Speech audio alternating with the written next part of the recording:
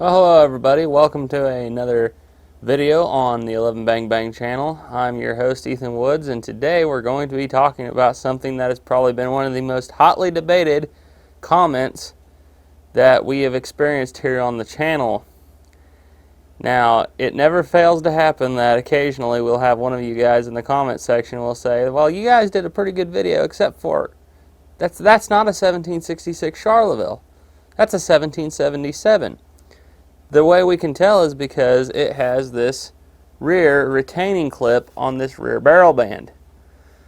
Now, I'll be honest, when I first saw this, I was like, oh, well, maybe I got it wrong. And I didn't know a whole lot about Charleville muskets at the time.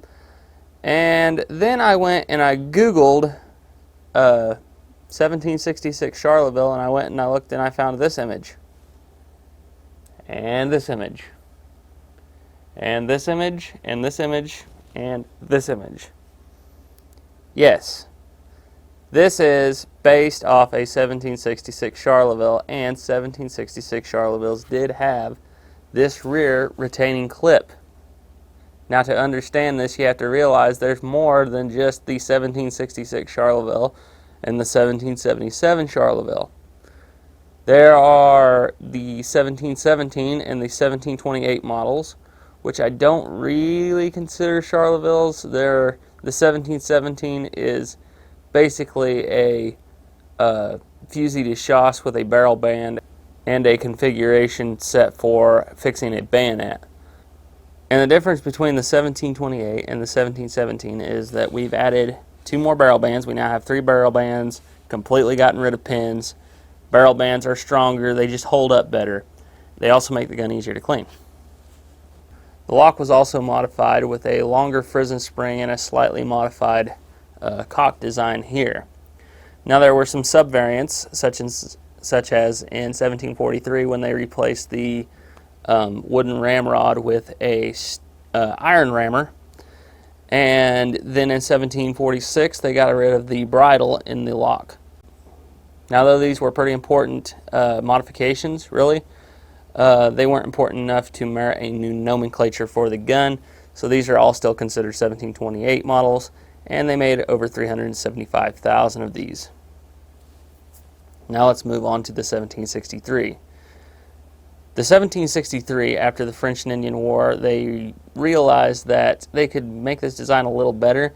They got rid of the cow foot shaped stock, went with the straighter, streamlined style stock. The breech was no longer octagonal. They went to a round breech. They shortened the barrel down 2 inches from 46 inches to 44 inches. And that was pretty much it for the 1763 model. Now let's get into the differences between a 63 and a 66, because I'm pretty sure what a lot of you guys are seeing and saying are 66s are actually 63s. The 66 model was the slimmered, if that's a word, the slimmed down version of the 63, in that the barrel walls were thinned out to make the gun lighter, and they also did some work up here at this rear barrel band. And what they did was, on a lot of the original 63s that you see, the stock actually pushes out. It's thicker, it gets out here towards past this rear barrel band, and then it slims down. A lot of 66s you'll see there's a shoulder cut in the stock. The whole stock's pretty slim, and then the barrel band butts up against that shoulder, and there's a retaining clip in there to hold that in place, because you don't have a ramp to get the real friction fit that you do with the 63. Another modification was the shortening down of the lock itself, and that is the 1766 model, and that's why I know that old Char here is a 1766 replica. And there were about 140,000 of these made in between the years of 66 and 70. And that's going to bring me on to my next part of this, which is going to be the guns that came between the 66 and the 77. Let's start off with the 1770 model. Now, the 1770 wasn't a whole lot different. Matter of fact, a lot of people still consider it a 66. I kind of do myself, like a 66-70. But they modified the lock plate. They modified the spring they made it a little stouter to hold in the ramrod, and they gave it some stronger barrel bands. That was the 66-70 is what I like to refer to it as. And then in the year of 1771, the bayonet lug was moved beneath the barrel, and the barrel was made out of a little stronger iron.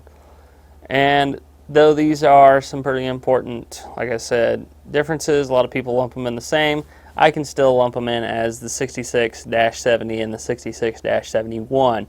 And now let's go on to what I consider the 66-73, which really not a whole lot of difference. They changed out the retaining spring once again for the ramrod.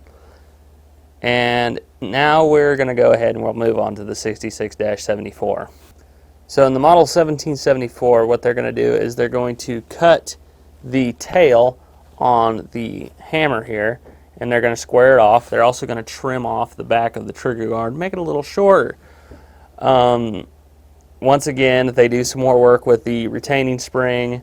I don't know, I guess they were having trouble with getting that right, but that is by all means the 66-74 in my book.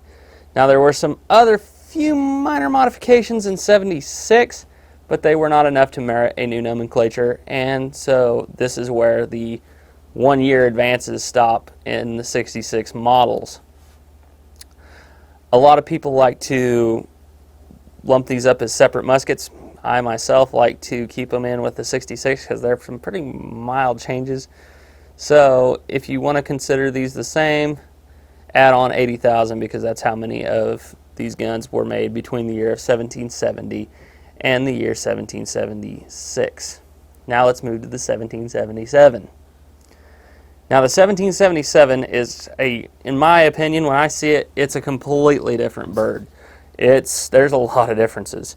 Namely, let's go and let's start back here with the buttstock. You'll see a lot of originals have the buttstock, almost the bottom of it looks like it's been just cut off. Like they just took it in a saw and ripped it and cut it off for a little ease of manufacturing. They also went and they cut this cheek piece out.